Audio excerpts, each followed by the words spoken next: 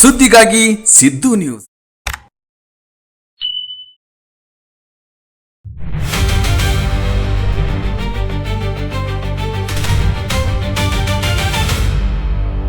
ಹೋರಾಟ ಅಲ್ಲ ಇದು, ಶಾಂತಗೌಡರ ನೇತೃತ್ವದ ಹೋರಾಟ ಅಲ್ಲ ಇದು, ಕರ್ನಾಟಕ ರಾಜ್ಯ ರೈತ ಸಂಘದ ಸಮಸ್ತ ರೈತರ ಹೋರಾಟ. ಇದು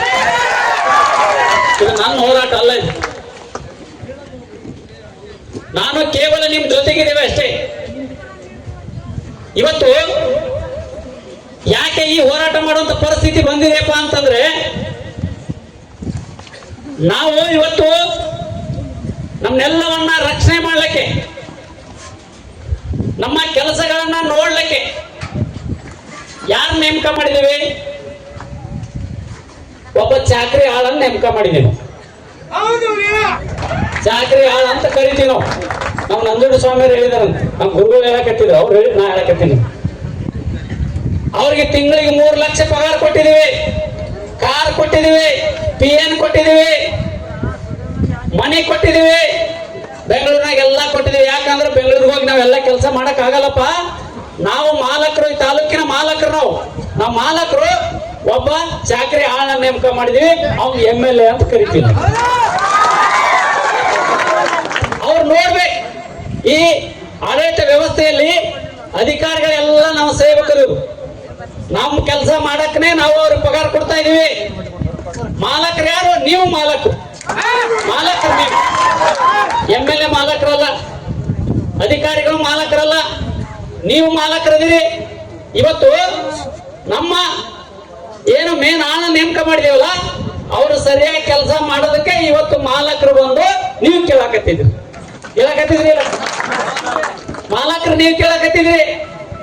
ನೀವು ಈ ದೇಶದ ನಿಜವಾದ ಮಾಲಕರು. ನೀವು ಕೇಳಾಕತ್ತಿದ್ರಿ. ಇವತ್ತು ನಿಮಗೆ ಇವತ್ತು ಮಾಲಕರಿಗೆ ಉತ್ತರ ಕೊಡ್ಬೇಕಾಗಿದೆ. ಈ ಹೊಲದಾಗ ಆಳುಗಳು ಕೆಲಸ ಮಾಡ್ತಾ ಇರ್ತಾವ, ಆಮೇಲೆ ಇನ್ನೊಬ್ಬ ಆಳು ಇಟ್ಟಿರ್ತೀರಿ. ಏನಂತ? ಸರಿಯಾಗಿ ಕೆಲಸ ಮಾಡ್ತಾ ಇದಾರ ನೋಡ್ರಪ್ಪ ಅಂತ ಇಟ್ಟಿರ್ತೀರಿ.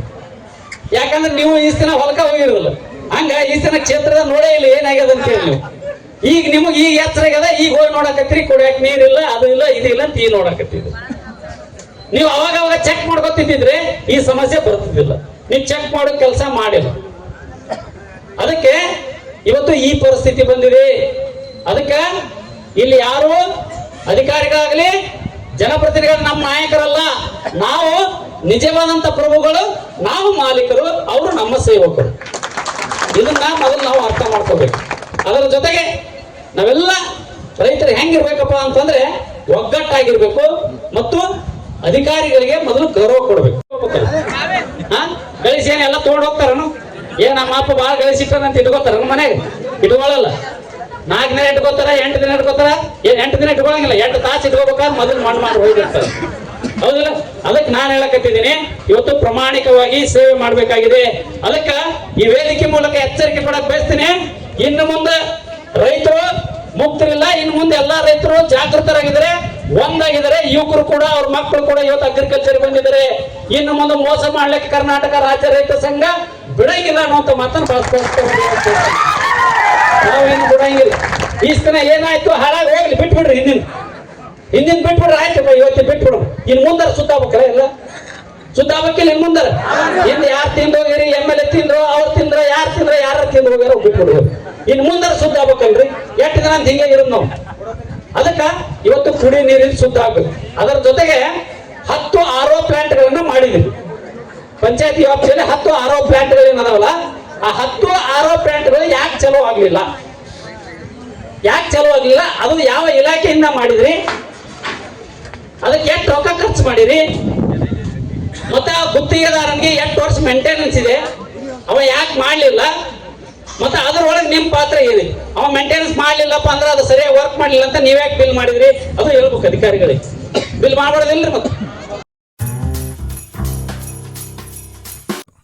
ಜಾಹೀರಾತುಗಳಿಗಾಗಿ ಸಂಪರ್ಕಿಸಿ. ಹೆಚ್ಚಿನ ವಿಡಿಯೋಗಳಿಗಾಗಿ ನಮ್ಮ ಚಾನಲನ್ನು ಶೇರ್ ಮಾಡಿ, ಹಾಗೆ ಸಬ್ಸ್ಕ್ರೈಬ್ ಮಾಡಿ. ಯಾಕೆಂದರೆ ನಮ್ಮ ಸುದ್ದಿಗಳು ನಿಮಗೆ ಬೇಗನೆ ತಲುಪುತ್ತವೆ.